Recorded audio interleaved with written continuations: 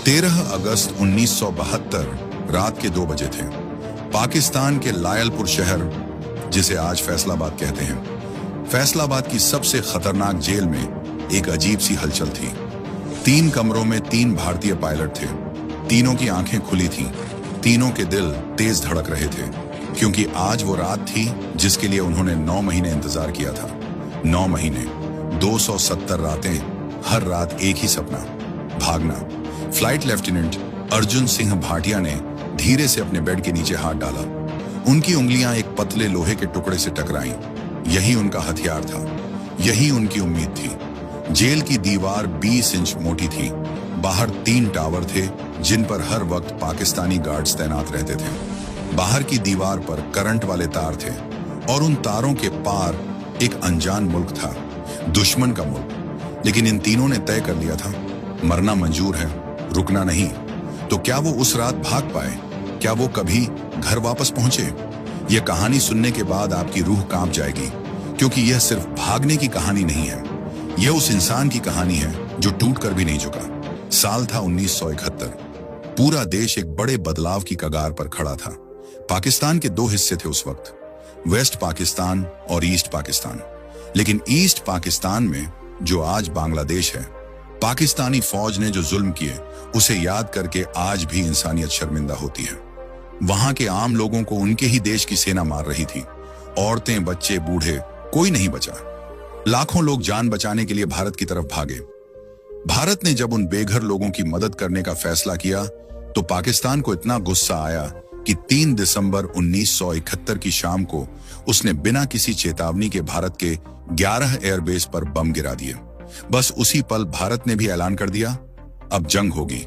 और उस जंग में भारतीय वायुसेना के पायलटों ने आसमान में ऐसे कहर बरसाया कि पाकिस्तान की नींद उड़ गई।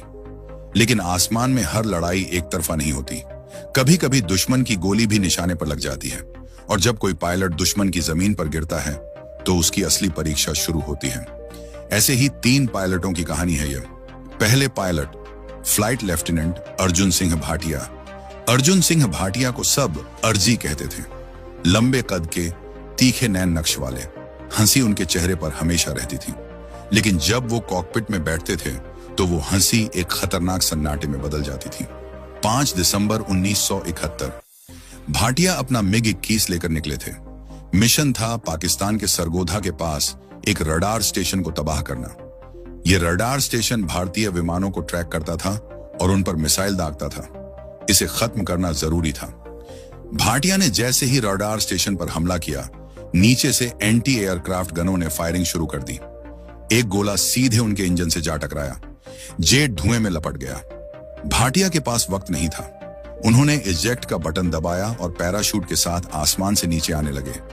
लेकिन जैसे ही उनके पैर जमीन पर पड़े, उन्होंने देखा चारों तरफ से भीड़ आ रही है। भाटिया ने भागने की कोशिश की, लेकिन पैराशूट के तार उनके पैरों में उलझ गए, गिर गए। भीड़ ने उन्हें घेर लिया। मारपीट हुई, कपड़े फटे, लेकिन पाकिस्तानी फौज समय पर पहुंच गई। इसे मत मारो, ये जिंदा काम का है। उन्हें उठाकर एक अंधेरे कमरे में ले जाया गया। वहां शुरू हुई पूछताछ नहीं, असल में टॉर्चर। 3 दिन तक भाटिया को सोने नहीं दिया गया। 3 दिन तक उन्हें खाना नहीं दिया गया, लेकिन उन्होंने मुंह नहीं खोला। दूसरे pilot, flight lieutenant Vikram Rane Mumbai के थे। समंदर किनारे पले बढ़े, इसीलिए उनकी आंखों में एक दूर तक देखने वाली चमक थी। 7 दिसंबर 1971 को राणे अपना सुखोई लेकर निकले थे। मिशन था पाकिस्तान की एक सप्लाई लाइन काटना। वो एक पुल था जिससे पाकिस्तानी फौज को गोला बारूद और खाना पहुंचता था। राणे ने पुल पर हमला किया। पुल तबाह हो गया, लेकिन वापसी में दुश्मन के 2 F-86 सेबर जेट उनका पीछा करने लगे। राणे तेज थे, तेज और चालाक। उन्होंने एक तीखा मोड़ लिया। एक सेबर उनका पीछा नहीं कर पाया, लेकिन दूसरे सेबर ने मिसाइल दाग दी। मिसाइल ने उनके जेट की पूंछ पकड़ ली। राणे ने इजेक्ट किया। वो गिरे एक गांव के पास। गांव वालों ने उन्हें पकड़ा और पाकिस्तानी फौज को सौंप दिया। राणे के साथ सबसे पहले जो हुआ वो था अकेलापन। उन्हें 3 हफ्ते एक ऐसी कोठरी में रखा गया जिसमें कोई खिड़की नहीं थी। दिन रात का पता नहीं, बाहर की दुनिया का पता नहीं, सिर्फ अंधेरा और दीवारें। लेकिन राणे टूटे नहीं। उन्होंने दीवारों पर उंगली से दिन गिनने लगे। हर दिन एक खरोंच, जैसे कह रहे हों, मैं हूं, मैं यहां हूं। तीसरे pilot flight lieutenant Devendra Chauhan Rajasthan के थे। रेगिस्तान में पले होने की वजह से उनके अंदर एक अजीब सा धैर्य था। जहां दूसरे घबरा जाते, वहां चौहान शांत रहते। 12 दिसंबर 1971 चौहान का मिशन था एक खास पाकिस्तानी बंकर को तबाह करना। वो बंकर जमीन के अंदर था, बहुत गहरा। चौहान को बिल्कुल सही समय पर, बिल्कुल सही कोण से बम गिराना था। उन्होंने 2 बार चक्कर लगाया। तीसरी बार वो नीचे आए और बम गिराया। बंकर उड़ गया, लेकिन उसी वक्त एंटी एयरक्राफ्ट गन से निकला एक टुकड़ा उनके कॉकपिट के शीशे से घुसा और उनके बाएं कंधे में जा ढसा। दर्द इतना तेज था कि आंखें धुंधला गईं, लेकिन चौहान ने हाथ नहीं हटाया। उन्होंने जेट को वापस मोड़ने की कोशिश की, लेकिन इंजन ने साथ नहीं दिया। इजेक्ट। चौहान एक नहर के पास गिरे। कंधे में चोट थी, चलना मुश्किल था। पाकिस्तानी सैनिकों ने उन्हें आधे घंटे में ढूंढ निकाला। उन्हें जब अस्पताल ले गए तो पाकिस्तानी डॉक्टर को आदेश था, चोट का इलाज करो, लेकिन इतना ही करो कि मर न जाए, इससे ज्यादा नहीं। चौहान का कंधा ठीक से नहीं जुड़ा। महीनों तक दर्द रहा, लेकिन चौहान ने एक आंसू नहीं बहाया, एक आह नहीं निकाली। धीरे धीरे तीनों एक जगह पहुंचे, लायलपुर का POW कैंप। यह कोई आम जेल नहीं थी। यह जेल खास तौर पर POW यानी प्रिजनर ऑफ वॉर के लिए बनी थी। यहाँ की दीवारें 20 इंच मोटी थीं। हर सेल में एक बल्ब था जो 24 घंटे जलता रहता था, ताकि कैदी अंधेरे में कुछ कर न पाएं। हर 2 घंटे पर गार्ड्स राउंड लेते थे। बाहर की तरफ एक और दीवार थी, 15 फीट ऊंची, और उस दीवार पर करंट वाले तार। कुल मिलाकर यह एक ऐसी जगह थी जहां से भागना नामुमकिन था। लेकिन जब 25 दिसंबर 1971 को खबर आई कि पाकिस्तान ने सरेंडर कर दिया है और भारत जंग जीत गया है, तो सभी कैदियों की आंखों में चमक आ गई। अब तो जल्दी घर जाएंगे। लेकिन दिन बीतते गए, हफ्ते बीत गए, महीने बीत गए, कोई नहीं आया। राजनीति के पेच में उनकी रिहाई अटकी पड़ी थी। एक रात अर्जुन सिंह भाटिया ने धीरे से कहा, यार, अगर हम खुद नहीं निकले तो शायद सालों लग जाएंगे। राणे ने पूछा, क्या मतलब? भाटिया ने एक लंबी सांस ली और कहा, मतलब साफ है, हम भागेंगे। कमरे में सन्नाटा छा गया। चौहान ने खिड़की से बाहर देखा, गार्ड का साया दिख रहा था। फिर उन्होंने भाटिया की तरफ देखा और धीरे से कहा, बताओ, क्या सोचा है? उस रात वो तीनों सुबह तक बात करते रहे, और सुबह तक एक बात तय हो गई थी, यह तीनों भागेंगे या मरेंगे, बीच का कोई रास्ता नहीं। सबसे पहली जरूरत थी जानकारी, जेल का नक्शा, बाहर के रास्ते, बॉर्डर कहां है, अफगानिस्तान कितनी दूर है। इसके लिए उन्हें जेल के कमांडर मेजर इकराम उल्लाह का भरोसा जीतना था। मेजर इकराम उल्लाह पढ़ा लिखा आदमी था। उसे इतिहास और भूगोल का बहुत शौक था। भाटिया ने यह कमजोरी पकड़ी। वो रोज उससे बातें करने लगे, मुगल इतिहास पर, भारत पाक के बंटवारे पर, सिंधु सभ्यता पर। धीरे धीरे मेजर को लगा कि यह पायलट बहुत शरीफ और पढ़ा लिखा है, यह कभी भागने की कोशिश नहीं करेगा। इसी भरोसे का फायदा उठाकर एक दिन भाटिया ने कहा, मेजर साहब, क्या हमें पढ़ने के लिए कुछ किताबें मिल सकती हैं? और एक नक्शा, हम यहाँ बैठे बैठे इतिहास पढ़ना चाहते हैं। मेजर मुस्कुराया। उसने कहा, ठीक है। अगले दिन एक पुराना एटलस और 3 किताबें आ गईं। मेजर को जरा भी अंदाजा नहीं था कि वो अपने कैदियों को जेल की चाबी दे रहा है। तीनों ने रात भर नक्शा देखा। भाटिया ने समझाया, देखो, भारत का बॉर्डर नजदीक है, लेकिन वहां दोनों देशों की फौजें आमने सामने हैं, बारूदी सुरंगें हैं, वो रास्ता मौत का रास्ता है। राणे ने पूछा, तो फिर? भाटिया ने उंगली पश्चिम की तरफ रखी। अफगानिस्तान। चौहान ने कहा, लेकिन वो बहुत दूर है। भाटिया बोले, दूर जरूर है, लेकिन वहां के पहाड़ी रास्तों में न पुलिस है न चेक पोस्ट। वहां कबीले रहते हैं जो पाकिस्तान सरकार को ज्यादा नहीं मानते। हम वहां से छिपते छिपाते निकल सकते हैं। प्लान तय हुआ, रास्ता अफगानिस्तान। अब असली चुनौती थी जेल की 20 इंच मोटी दीवार तोड़ना, बिना किसी औजार के, बिना किसी शोर के, और बिना किसी को पता चले। औजार जुटाना। एक दिन जेल में नलसाज आया पाइप ठीक करने। चौहान उसके पास गए, बातें शुरू की, उसका ध्यान भटकाया, और जब वो नलसाज पाइप की तरफ झुका, चौहान ने फुर्ती से उसकी बेल्ट से एक छोटी छेनी खींच ली। दूसरे दिन एक गार्ड अपना टिफिन छोड़कर किसी काम से चला गया। राणे ने चुपचाप टिफिन से एक मोटा चम्मच निकाल लिया। अब उनके पास थी एक छेनी और एक चम्मच, दुनिया के सबसे पतले हथियार, लेकिन यही उनकी जिंदगी थी। सही सेल चुनना, उन्हें ऐसी सेल चाहिए थी जो जेल की बाहरी दीवार के सबसे पास हो। भाटिया ने एक चाल चली। उन्होंने गार्ड से कहा, यार हमारे कमरे में चूहे बहुत हैं, रात को नींद नहीं आती, क्या हम उस कोने वाली सेल में जा सकते हैं? गार्ड हंसा। चूहों से डरते हो पायलट साहब? भाटिया ने भी हंसकर कहा, नहीं यार, लेकिन नींद तो चाहिए ना। गार्ड ने सोचा, यह तो बस आराम मांग रहे हैं। उसने हां कर दी। तीनों उस कोने वाली सेल में शिफ्ट हो गए जो जेल की बाहरी दीवार के ठीक पास थी। पहली रात के 12 बजे भाटिया बेड के नीचे घुसे, छेनी उठाई और दीवार पर पहली बार छेनी चलाई। खटाक! बाहर गार्ड के कदमों की आवाज आई। भाटिया रुक गए। दिल की धड़कन तेज हो गई। ऊपर राणे ने खांसना शुरू किया, जोर से, लंबी खांसी। गार्ड रुका, फिर आगे चला गया। भाटिया ने राहत की सांस ली और फिर से शुरू किया, धीरे धीरे, बहुत धीरे। हर रात बस थोड़ा सा काम होता था। रात 12 से 1 बजे तक, सिर्फ 1 घंटा। उससे ज्यादा जोखिम था। दीवार से जो धूल और मिट्टी निकलती थी, उसे वो अपने कपड़ों में छिपाकर सुबह टॉयलेट में बहा देते थे। जो बड़े टुकड़े निकलते थे, उन्हें तकिए के खोल में भरकर रखते थे। दिन में उस छेद को एक पुराने कपड़े से ढक देते थे, फिर उसके आगे अपनी लोहे की अलमारी खिसका देते थे। बाहर से देखने पर सब नॉर्मल लगता था, लेकिन अंदर आजादी का रास्ता बन रहा था। एक रात जब सब खत्म होते होते बचा, एक रात शायद तीसरे महीने की बात थी। राणे बेड के नीचे थे और दीवार खोद रहे थे। तभी सेल का दरवाजा खुला। रात के 12:30 बज रहे थे। एक गार्ड अचानक अंदर घुस आया। भाटिया और चौहान बेड पर लेटे हुए थे। गार्ड ने टॉर्च जलाई। यहां 3 हैं या 2? भाटिया ने सोने का नाटक किया, आंखें बंद। चौहान ने भी। गार्ड की टॉर्च घूमी। बेड पर 2। उसने बेड के नीचे टॉर्च मारी। एक पल के लिए सब रुक गया। राणे ने सांस रोक ली। टॉर्च की रोशनी उनके चेहरे के ठीक 1 इंच पास से गुजरी। गार्ड को धूल दिखी, लेकिन राणे नहीं दिखे। वो थोड़ा और अंदर घुसे हुए थे।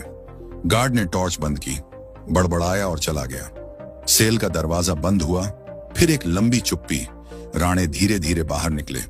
तीनों की आंखें मिली। कोई कुछ नहीं बोला, कोई जरूरत नहीं थी। कंपास बनाना 1 महीने बाद उन्हें एहसास हुआ कि जेल से निकलने के बाद दिशा नहीं पता होगी। रात का अंधेरा होगा, अनजान जमीन होगी। बिना कंपास के वो रेगिस्तान में भटक जाएंगे। चौहान ज्योतिपांशिन, जो सबसे शांत दिमाग के थे, ने एक तरकीब सोची। उन्होंने एक सुई ढूंढी, जेल की सिलाई किट से। फिर एक छोटा सा चुंबक चाहिए था। उन्होंने जेल में मिले एक पुराने ट्रांजिस्टर रेडियो के अंदर से, जिसे गार्ड ने उन्हें सुनने के लिए दिया था, एक छोटा मैग्नेट निकाला। उस मैग्नेट पर सुई को 200 बार रगड़ा। फिर उस सुई को एक कागज की नाव पर रखा और पानी के कटोरे में तैराया। सुई उत्तर की तरफ मुड़ गई। बस, कंपास तैयार। जेल के अंदर भेस बदलना। जेल में हर महीने कुछ पैसे मिलते थे। इन्हीं पैसों से उन्होंने टुकड़ों में सामान इकट्ठा किया, सूखे मेवे, बिस्कुट, एक छोटी टॉर्च और सबसे जरूरी, पठानी सूट। जेल के दर्जी को कहा गया कि 3 पठानी सूट सिलो। दर्जी ने पूछा, क्यों? भाटिया ने कहा, यहां ठंड बहुत है, ऊपर से कुछ पहनना है। दर्जी ने सिल दिए। उसे नहीं पता था कि वो 3 भारतीय पायलटों के लिए पाकिस्तानी भेस तैयार कर रहा है। 9 महीने बाद, सितंबर 1972, एक रात बादल घिर आए, तेज हवा चली और फिर बारिश शुरू हुई, मूसलाधार बारिश। भाटिया ने राणे को देखा, राणे ने चौहान को देखा। तीनों की आंखों में एक ही बात थी। आज रात उन्होंने पठानी सूट पहने, सामान समेटा, कंपास उठाया। भाटिया ने आखिरी बार उस सेल को देखा जहां 9 महीने गुजारे थे। दीवार पर खरोंचें थीं जो राणे ने दिन गिनने के लिए की थी। 270 खरोंचें, 270 रातें। भाटिया ने धीरे से कहा, चलो। बेड हटाया, अलमारी खिसकाई, कपड़ा हटाया और वो सुरंग सामने थी। 20 इंच मोटी दीवार में बना एक इंसान के गुजरने जितना छेद। 9 महीने की मेहनत, 270 रातों का पसीना। भाटिया ने आखिरी ईंट धीरे से बाहर धकेली। बारिश की आवाज में ईंट के गिरने की आवाज डूब गई। बाहर ठंडी हवा का एक झोंका अंदर आया। पहले राणे निकले, रेंगते हुए, फिर चौहान। उनके कंधे में अभी भी दर्द था, लेकिन वो बाहर आ गए। आखिर में भाटिया। जैसे ही भाटिया बाहर निकले, उन्होंने देखा दीवार के ठीक बगल में एक गार्ड चारपाई पर था। बारिश में उसने अपने ऊपर एक कंबल ओढ़ा हुआ था। वो सो रहा था या सोने का नाटक कर रहा था। तीनों ने एक पल एक दूसरे को देखा और भागे, तेज, जितनी तेजी से भाग सकते थे। पीछे जेल की दीवार थी, सामने पाकिस्तान का अंधेरा। पहला पड़ाव खेत। जेल के पीछे सरसों और गेहूं के खेत थे। तीनों खेतों में घुस गए। कपड़े भीग चुके थे, कीचड़ जूतों में भर गया था, लेकिन रुकना मौत था। पीछे से सायरन बजा। जेल में भगदड़ मच गई थी। कोई चिल्लाया, कैदी भाग गए। टॉर्चें जल गईं, गोलियां हवा में चली, लेकिन बारिश ने उन्हें ढाल दी। बारिश ने उनके पैरों के निशान मिटा दिए, आवाजें दबा दी और अंधेरे ने उन्हें छिपा लिया। करीब 1 घंटे तक वे भागते रहे। फिर एक नाले के पास रुके। भाटिया ने कंपास निकाला। सुई हिल रही थी। बारिश की बूंदों से पानी कांप रहा था, लेकिन उत्तर दिख रहा था। उन्हें पश्चिम की तरफ जाना था, अफगानिस्तान की तरफ। वे फिर चल पड़े। अब भागना नहीं था। भागने वाला आदमी जल्दी पकड़ा जाता है, चलने वाला आदमी भीड़ में खो जाता है। सुबह होने लगी। दूर एक छोटा सा गांव दिखा। तीनों ने फैसला किया, गांव में सीधे नहीं घुसेंगे, पहले देखेंगे, फिर रास्ता चुनेंगे। गांव के बाहर एक बूढ़ा आदमी बैठा था।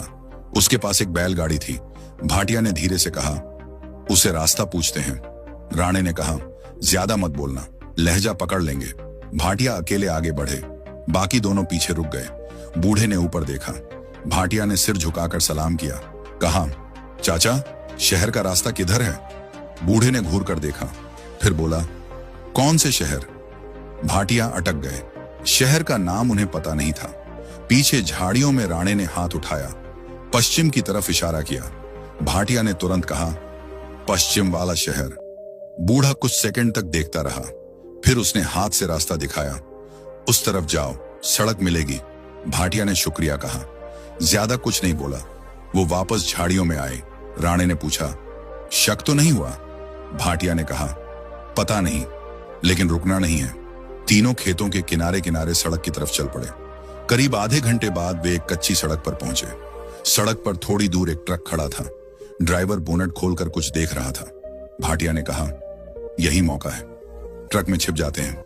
वे धीरे धीरे ट्रक के पीछे पहुंचे। पीछे तिरपाल पड़ा था। तीनों उसके अंदर घुस गए, सांस रोककर लेट गए। कुछ मिनट बाद ड्राइवर वापस आया, बोनट बंद किया और ट्रक चल पड़ा। अंदर तीनों चुप थे। अगर ड्राइवर ने पीछे देखा तो सब खत्म। अगर किसी चेक पोस्ट पर रुक गया तो सब खत्म। लेकिन किस्मत ने साथ दिया। ट्रक बिना रुके चलता रहा। करीब 2 घंटे बाद ट्रक एक कस्बे के बाहर रुका। ड्राइवर उतरा और ढाबे की तरफ चला गया। भाटिया ने धीरे से तिरपाल उठाया, बाहर देखा, रास्ता साफ था। तीनों चुपचाप नीचे उतरे, फिर सड़क के किनारे किनारे आगे बढ़े। अब उन्हें बस अफगानिस्तान की तरफ बढ़ते रहना था, लेकिन किस्मत हमेशा साथ नहीं देती। दोपहर तक वे एक बड़े चौराहे पर पहुंचे। वहां पुलिस की जीप खड़ी थी। 2 पुलिस वाले चाय पी रहे थे और उनके हाथ में अखबार था। उस अखबार के पहले पन्ने पर लिखा था, भारतीय युद्धबंदी फरार। तीनों के चेहरे पीले पड़ गए। अब पूरा पाकिस्तान उन्हें ढूंढ रहा था। भाटिया ने तुरंत सिर नीचे किया। तीनों सड़क किनारे बैठ गए, जैसे आम मुसाफिर बैठते हैं। राणे ने धीरे से कहा, अब क्या? भाटिया ने कहा, अभी मत चलो, चलोगे तो दिखोगे, बैठे रहो। करीब 15 मिनट वे वहीं बैठे रहे। पुलिस वाले चाय पीकर जीप में बैठे और चले गए। भाटिया ने कहा, अब पुलिस जीप दूर निकल चुकी थी। तीनों धीरे से उठे और दूसरी सड़क पकड़ ली। अब रास्ता और मुश्किल था। सामने सफर लंबा और खतरनाक था।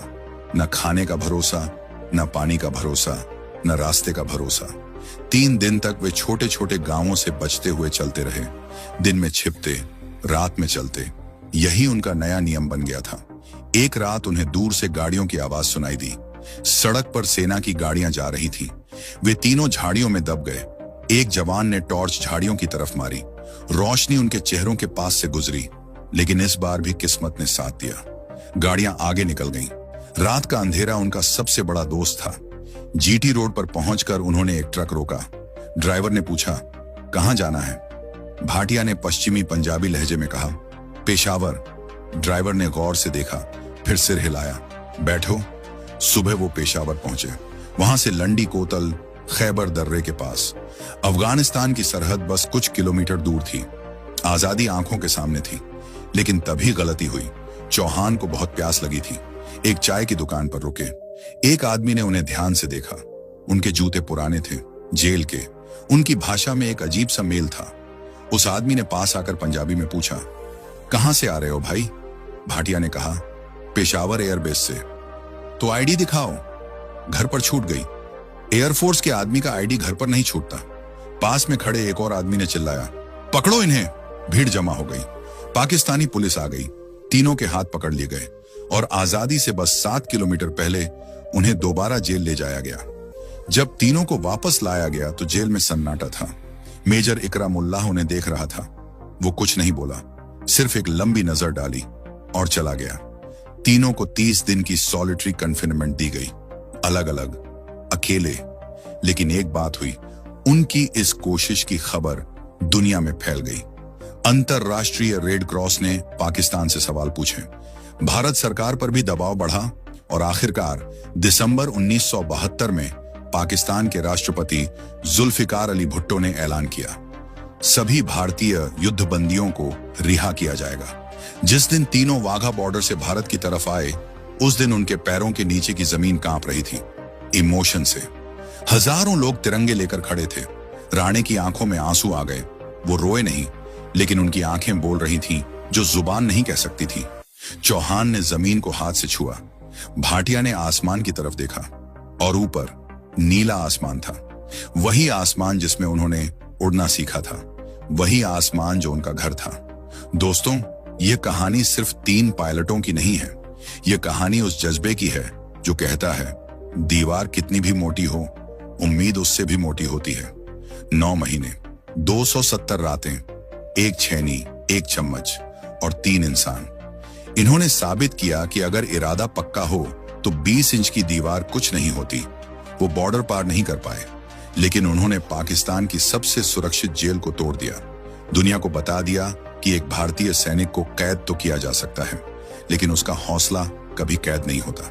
अगर यह कहानी आपके दिल तक पहुंची हो तो वीडियो को एक लाइक जरूर दें और चैनल को सब्सक्राइब करें, ताकि ऐसे ही जांबाज हीरो की अनसुनी कहानियां आपके पास पहुंचती रहें। जय हिंद।